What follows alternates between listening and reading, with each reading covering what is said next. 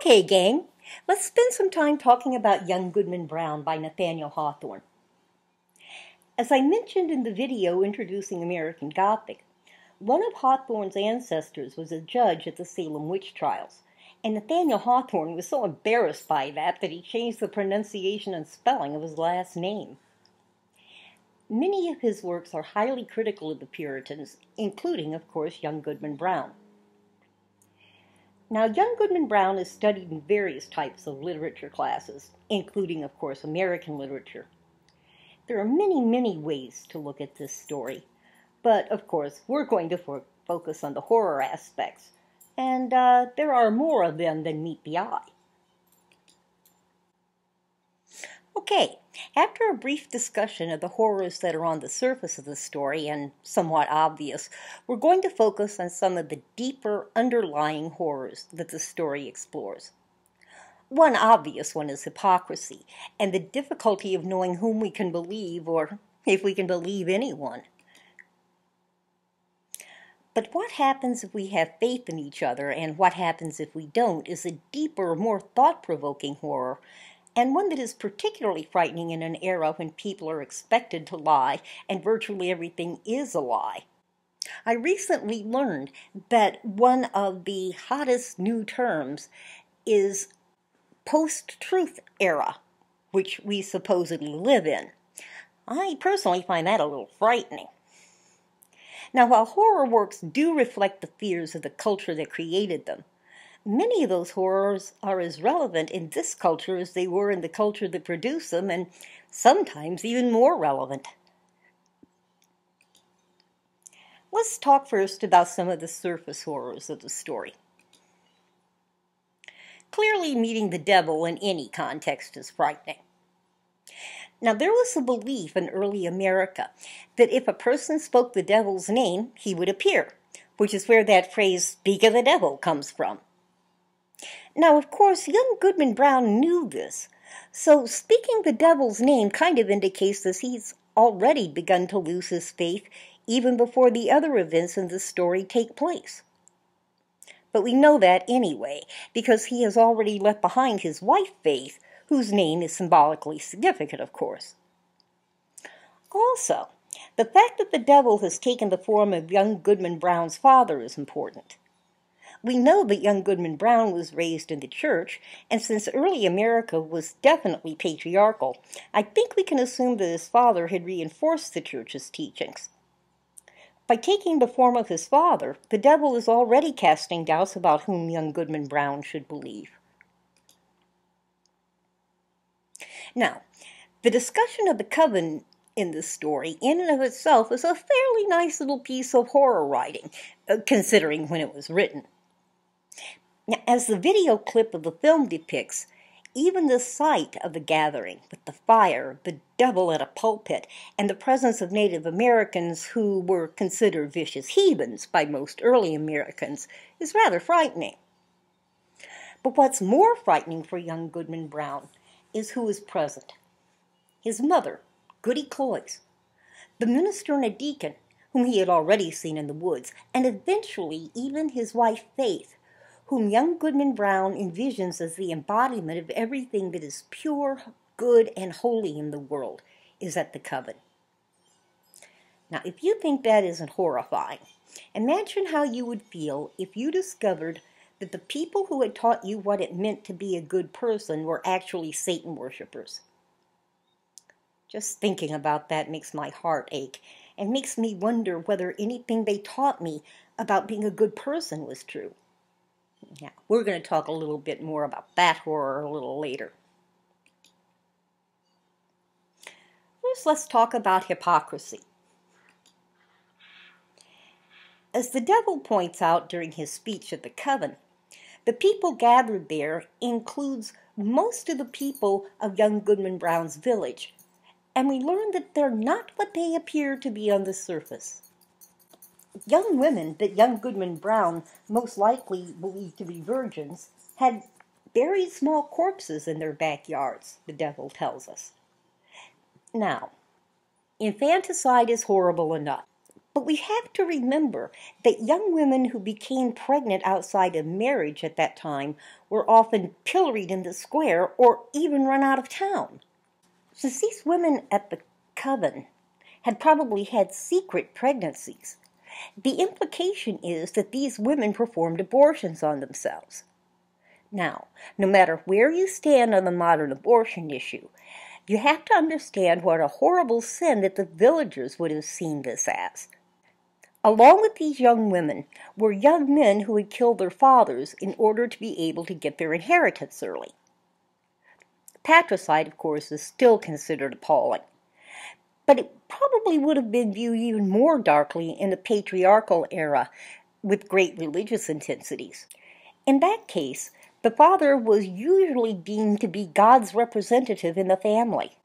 If that's true, then killing your father might be viewed as a direct attack on God, right?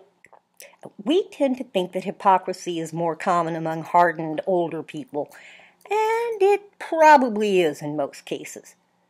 So if even the young maidens and young Goodman had perpetrated horrendous crimes, what does that say about the older villagers? As if learning that even the very young in Salem are hypocrites isn't bad enough for young Goodman Brown, he sees in the gathering virtually everyone who has taught him the meaning of good and evil and how to be a good man and hope for a joyous afterlife.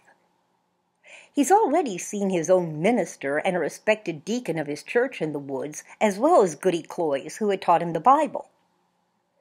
But his mother, his very own mother, is also at the coven.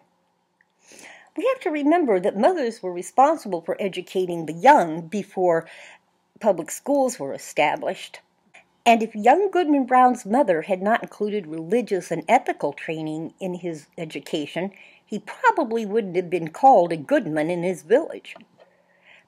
Virtually everyone who has been responsible for young Goodman Brown's life, upbringing, and education are at that coven, proving that they were all hypocrites who pretended to be virtuous and holy and preached the importance of those traits. If the people who teach us are hypocrites, how can we believe anything they've taught us?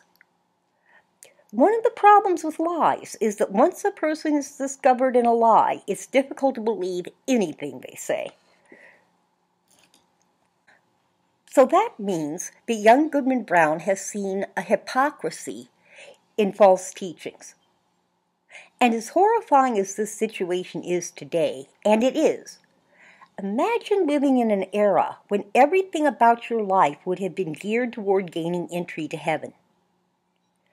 Remember that you would have been taught that virtually everything associated with this life, and certainly everything that makes it pleasant, was to be shunned as sinful.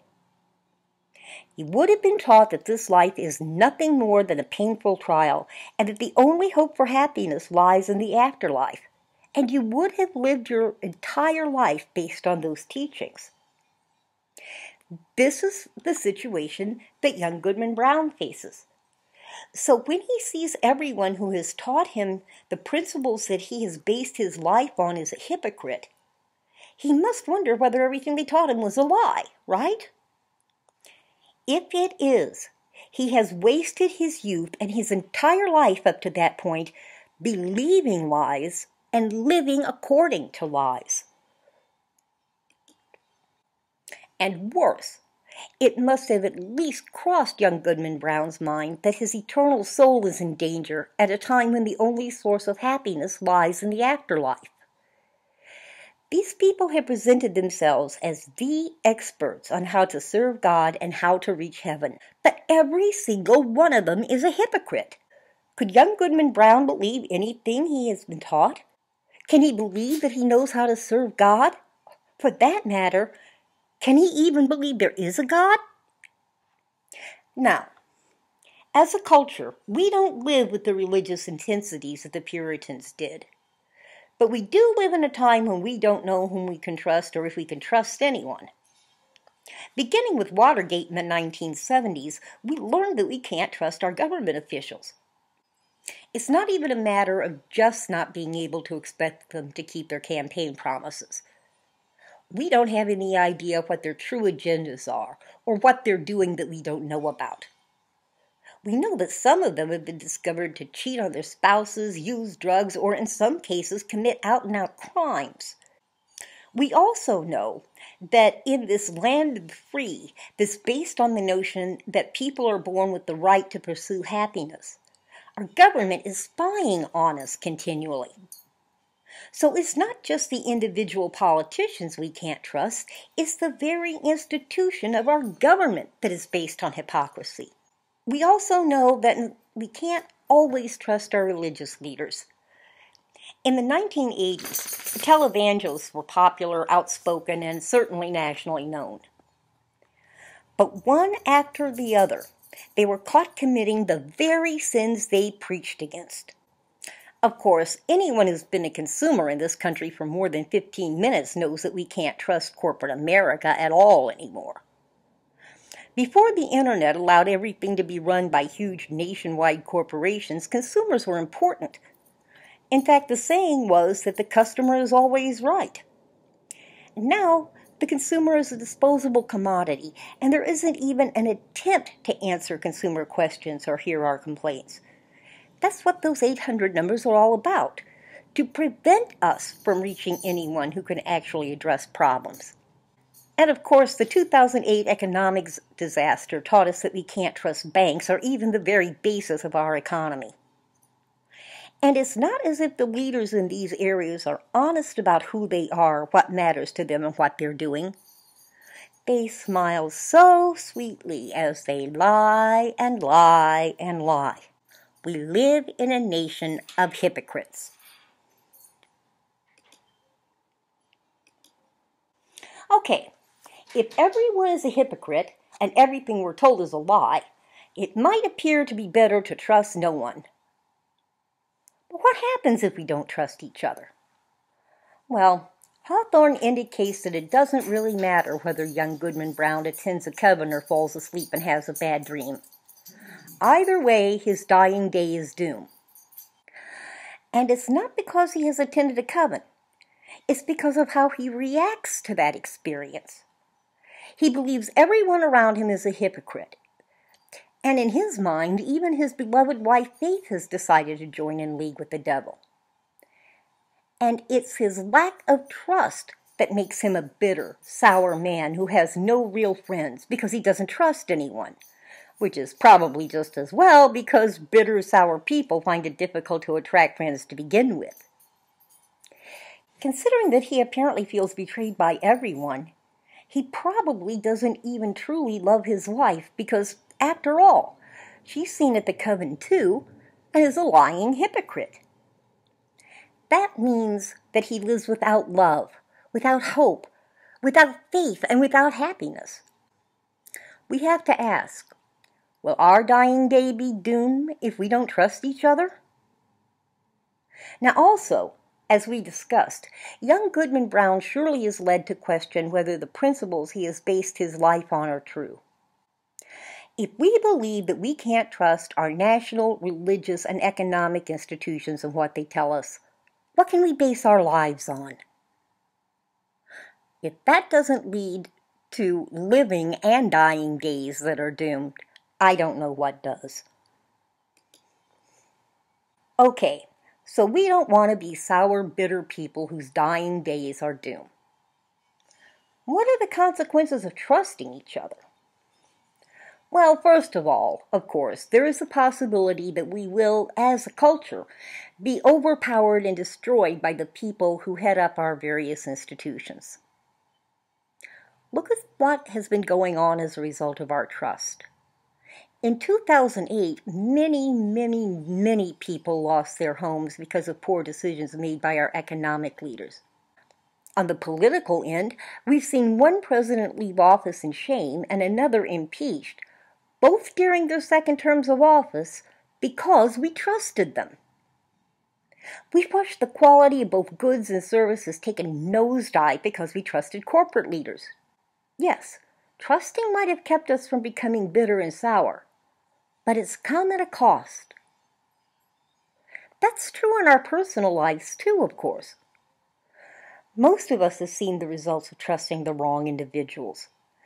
Either we or people we know have suffered deep emotional pain when those we believed in most turned out to be devious and completely self-centered.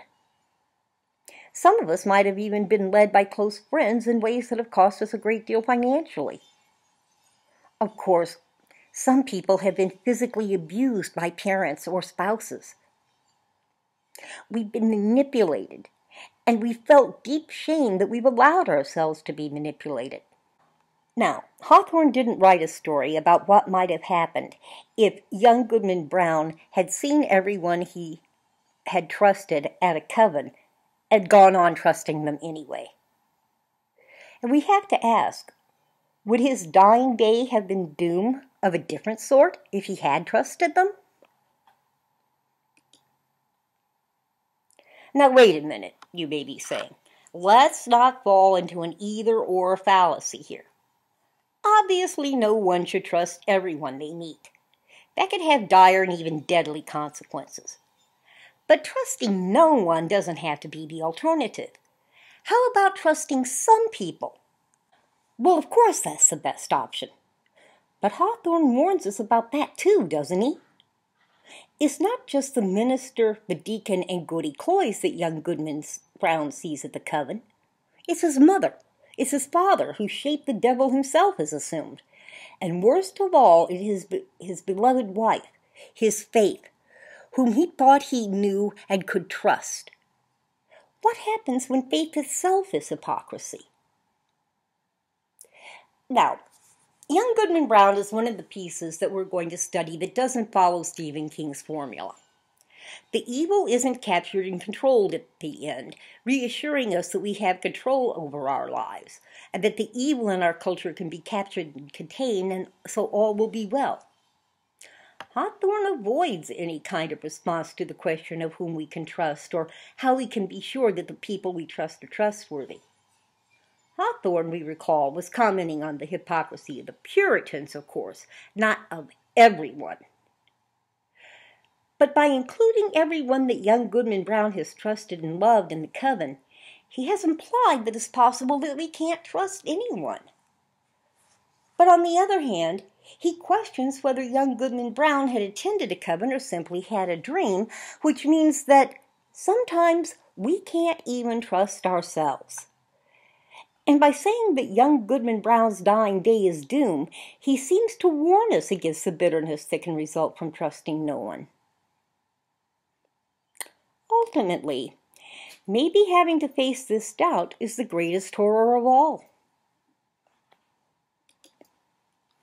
Thank you so much for listening to this short video on young Goodman Brown.